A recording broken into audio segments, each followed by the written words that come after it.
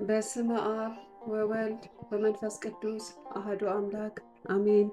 መጽሐፈ ሲራክ ምዕራፍ 2 ቁጥር 8 እስከ 18።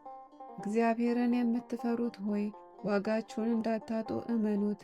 እግዚአብሔርን የምትፈሩት ሆይ የዘላለም በጎነቱን፣ ምሕረቱን፣ ደስታውን ተስፋ አድርጉ። በዘመን የቀደሙ ሰዎችን ተመልከቱ እወቁም። በእግዚአብሔር አምኖ ያፈረ ማን ነው?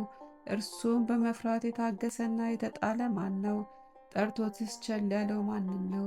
እግዚአብሔር መሐሪ ይቅር ባይም ነውና ኃጢአትን ይቅር ይላል፣ በመከራ ቀንም ያድናል።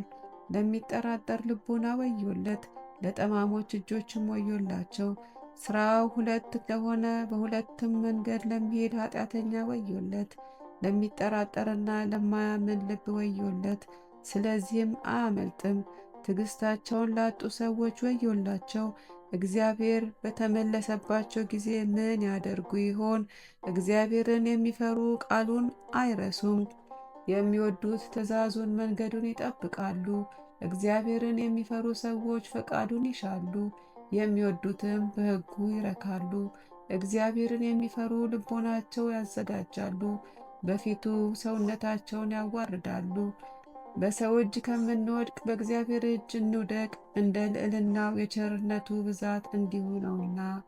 ወስብሐት ለእግዚአብሔር።